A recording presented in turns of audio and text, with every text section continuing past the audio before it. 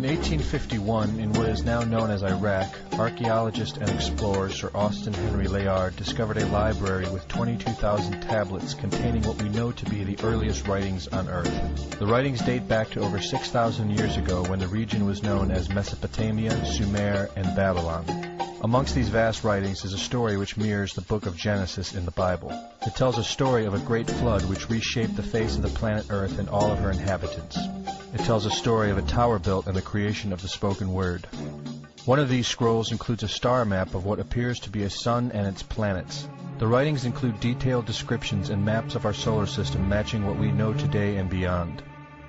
It includes a 10th planet in an orbit between Mars and Jupiter. It is written that the 10th planet Nibiru was thrust into our solar system and collided with the planet Tiamat. The remaining bulk of Tiamat over time became Eridu, the Earth as we know it, and the rest of her became the asteroid belt. In retrograde to the other 9 planets, Nibiru took orbit around our Sun in a long ecliptic or apogee. Lasting 3,600 years, it passes between Mars and Jupiter. In recent years, based on the patterns of our known solar system, astronomers have been looking for a planet with this same orbit. In search of this planet, they discovered the planet Pluto. The search continues. According to the ancient texts, this detailed information was given to them by the Anunnaki, or those who from heaven to earth came. They describe the Anunnaki as a reptilian race of gods which came to the earth in fiery ships from their home planet of Nibiru, the 10th planet. It is written that these Anunnaki came to the earth to mine gold and other elements to serve in protecting the atmosphere of their distant home planet. After a workers' revolt, the Anunnaki rulers began to genetically alter Cro-Magnon man to create a slave race, resulting in the human race. It was said that we were created by the gods in clay vessels. It is written that man was forbidden to depict the Anunnaki in their actual form. Just prior to the Great Flood, the bulk of the Anunnaki would return home, leaving numbers of them behind to watch over the earth. Anu was king. Assigned to Anu to heed his instructions. 300 in the heavens he stationed as a god. The ways of earth to define from the heaven. And on earth 600 he made reside. After he all their instructions had ordered, to the Anunnaki of heaven and of earth he allotted their assignments. This story of reptilian gods from the heavens creating man is not at all uncommon. It in fact can be found in most every region of our planet. In Japan, emperors claim descent from dragon gods who came from the sky. Australian Aborigines teach of a reptilian race which lives underneath the earth and governs over men.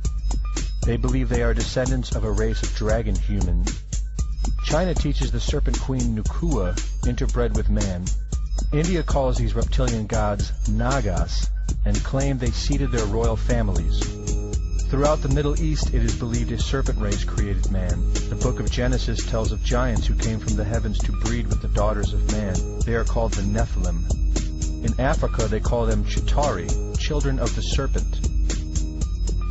The royal kings of Africa claim descent from serpent gods who came from the sky. In South America, the Mayans teach that their ancestors were the people of the serpent. The Aztecs were said to be created by a serpent woman. In America, the Hopi Indians believe sky gods came to earth to breed with their women and referred to them as their snake brothers. The word Sioux means snakes, and Iroquois means serpents. It seems the only places you will not find this historical story is where the history has been methodically destroyed. The descendants of King Anu in Sumeria and Babylon can be traced throughout time. The pharaohs of Egypt were from the bloodlines of the Babylonian kings.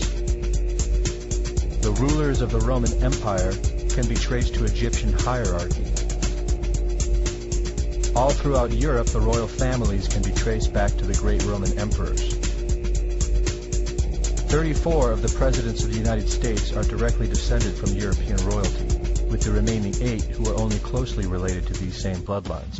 In 1934, President Franklin Roosevelt placed the Great Seal, originally created in 1782 by the Freemasons, on the dollar bill. Represented in the Great Seal is a pyramid and the all-seeing eye, known to be used by the elusive society, the Illuminati. Strung together in conspiratorial confusion are secret societies such as the Illuminati, the Freemasons, and the Bohemian Club.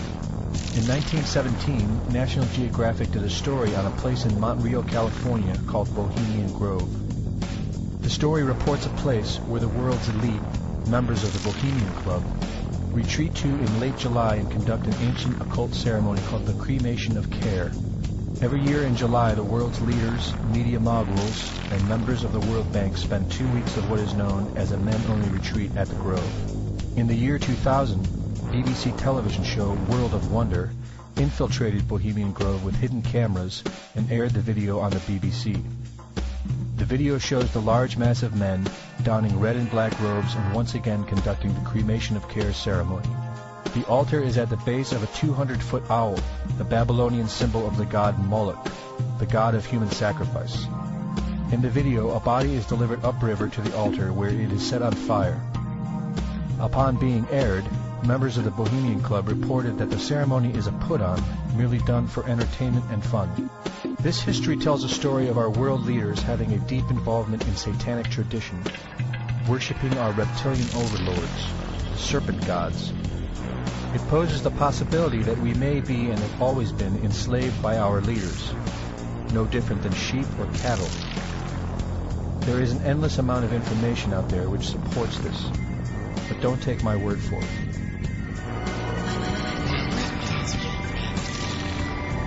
Well, son, a funny thing about regret is that it's better to regret something you have done than to regret something you haven't done. By the way, if you see your mom this weekend, be sure and tell her, Satan! Satan! Satan!